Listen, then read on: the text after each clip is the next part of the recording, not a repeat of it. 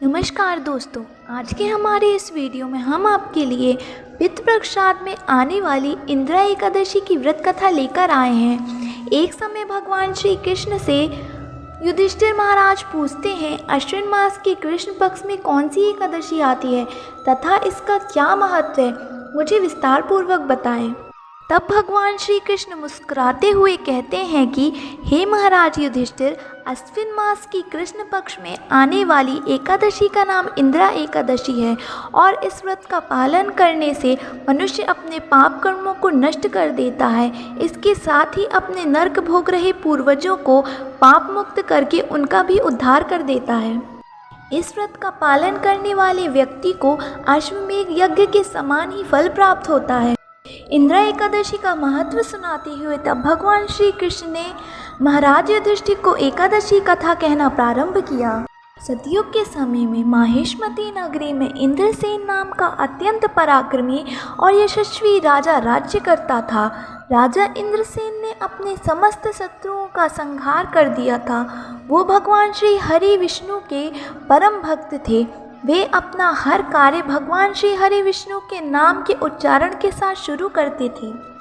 भगवान विष्णु की कृपा से उनके राज्य में धन धान्य, पुत्र पौत्र और समस्त सुख सुविधाओं से संपन्न था।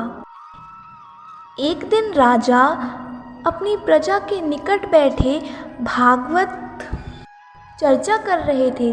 तभी उन्होंने अचानक आसमान मार्ग से भगवान श्री हरि के परम भक्त नारद मुनि को धरती पर उतरते हुए देखा। राजा ने अपने दोनों हाथ जोड़कर नारद मुनि को प्रणाम किया और उन्हें अपने महल में पधारने का आग्रह किया। महल में राजा इंद्रसेन ने नारद मुनि का उचित आसन प्रदान किया और उनका आदर सत्कार किया। राजा के इस आतिथ्य से प्रसन्न होकर नारद मुनि ने राजा इंद्रसेन से 3 प्रश्न किए।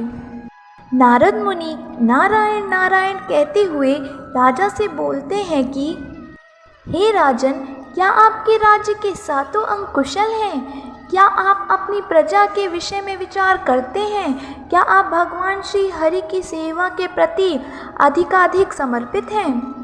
राजा इंद्रसेन ने उत्तर देते हुए कहा, हे मुनिवर, श्री हरि की कृपा से मेरे राज्य में सातों अंग कुशल हैं। मैं अपनी प्रजा का संतान की तरह पालन पोषण करता हूँ और अपना अधिकतर समय भगवान श्री हरि विष्णु की भक्ति में समर्पित करता हूँ।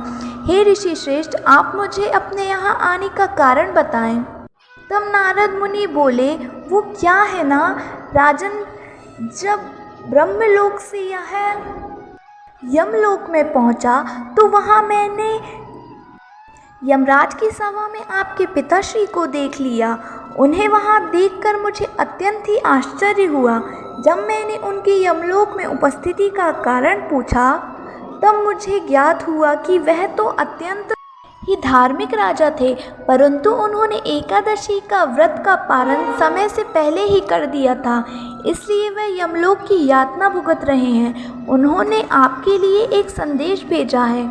हे पुत्र, तुम नियम पूर्वक आने वाली इंदिरा एकादशी का पालन अवश्य करना, जिससे कि मैं अपने पूर्व जन्म के पापों से मुक्त होकर स्वर्ग लोक जा सकूं। नारद मुनि आगे बोले, हे राजन, मैं तो यहाँ आप तक आपके पिता श्री का संदेश पहुँचाने आया हूँ, जिससे आप एक आदर्श पुत्र बनकर अपने आने वाली इंदिरा एकादशी का व्रत नियम पूर्वक करें और अपने पिताश्री को यमलोक की यातनाओं से मुक्ति दिला दें। नारद मुनि की बात सुन राजा जिज्ञासा पूर्वक कहने लगे, हे मुनिवर, इस एकादशी का व्रत और उसका पालन कैसे करूं? कृपा करके आप मुझे उसका ज्ञान प्रदान करें। तब नारद मुनि बोले, हे राजन, अश्विन के कृष्ण पक्ष में आने वाली यह इंदिरा एकादशी है। दशमी के दिन भगवान विष्णु की श्रद्धा पूर्वक पूजा अर्चना करें, अपने पूर्वजों को यज्ञ आहुति अर्पित करें। दशमी के दिन एक बार से अधिक अन्न ग्रहण न करें और भूमि पर शयन करें। एकादशी के दिन ब्रह्म मुहूर्त में उठकर भगवान के सामने एकादशी व्रत का संकल्प करें। अपराह्न में भगवान श्री हरि के विग्रह शालिग्राम जी की पूजा करें। भगवान को भोग लगाएं, अपने पूर्वजों को भोग लगाएं, भोग अर्पित करें, फिर उस भोग को सूंघकर उसे गाय को अर्पित करें।